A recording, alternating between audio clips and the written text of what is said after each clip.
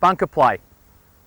Well, I know this solution normally for bunker plays don't hit it in the bunker, but reality is we're going to find our fair share of bunkers, especially if we're playing really good golf courses. So we need to combat that with some strategies and some techniques so that we can actually become very accomplished bunker players and fear no more that pot bunker. So let's talk about some of the problems the average golfer encounters with bunker play and some of the traditional methods that has been used in the past to solve these problems. The major problem golfers have is controlling elevation and or holding the green if they do get elevation. So what's generally been perpetuated is open your club face right up so that you can get enough elevation on your golf ball to get it up in the air over the lip of the bunker and landing on the green. The problem with this particular myth is, great for advanced players, very accomplished golfers. However, golfers that struggle to actually make consistent contact with the golf ball, if you do open the club face up somewhat as has been recommended by Pop Golf Instruction, you now limit the sweet spot to about 1/3 of its original face angle.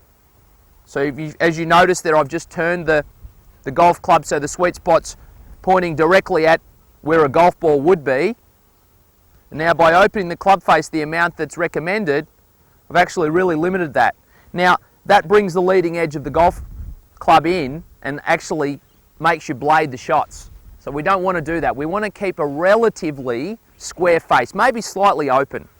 The other issue that golfers have been following, and the myth has been perpetuated for so long, is placing the golf ball a long ways back in your stance to actually try and get a downward strike. Now, should you use your body pivot and turn properly, this will never be a problem because your golf swing will be more down and left as you hit the ball for a right-hander opposed to up and out. And that's another problem that causes people not to hit down enough on the golf ball. They hit up and out on it and they catch it off the bottom edge. Inevitably the ball goes the other side of the green or they hit into the lip. So I've got a solution and a drill for this to help you control this. And that is my favourite golf instructor that's mentored me for so long, Ben Doyle from Carmel, California, has taught me, and it's called the Great Wall of China, or formerly known as the Berlin Wall, but politics have changed that.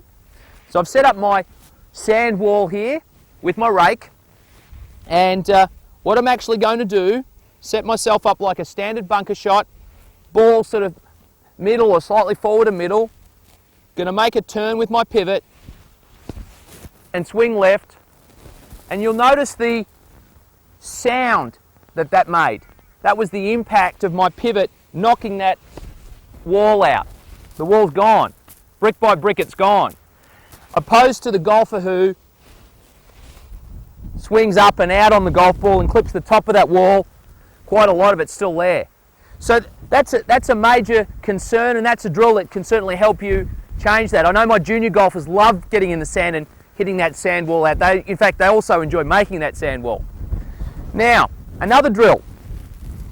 I've set up a line of golf balls and I've marked a line in the sand. I've drawn a line in the sand, pardon the cliche, behind these golf balls, just on the edge.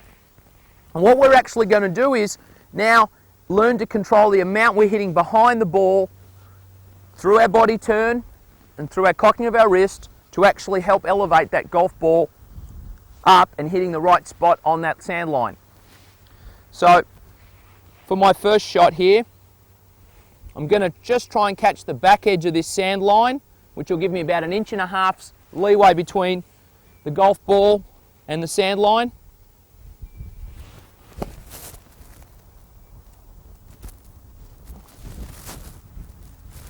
Not a bad shot, pretty good result. I caught just about 1.5 inches, maybe 2 inches behind that sand line.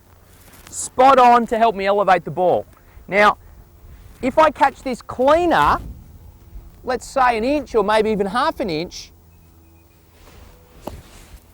the ball will probably travel a bit further and certainly will come out with a lot more distance and a lot lower flight, more like a cleaner full shot. Now if I hit too much behind the sand line, oops, see, ball's rolled back to my feet, back in my old divot. I see this too often on the weekend at public golf courses. So I needed to actually swing more left, turn my body more, and catch more closer to that sand line. So there's my drills for learning to get enough downward contact and control your distance with your bunker shots. Don't open your club face too much and don't place the ball so far back. Follow these instructions and you'll certainly never fear bunkers again.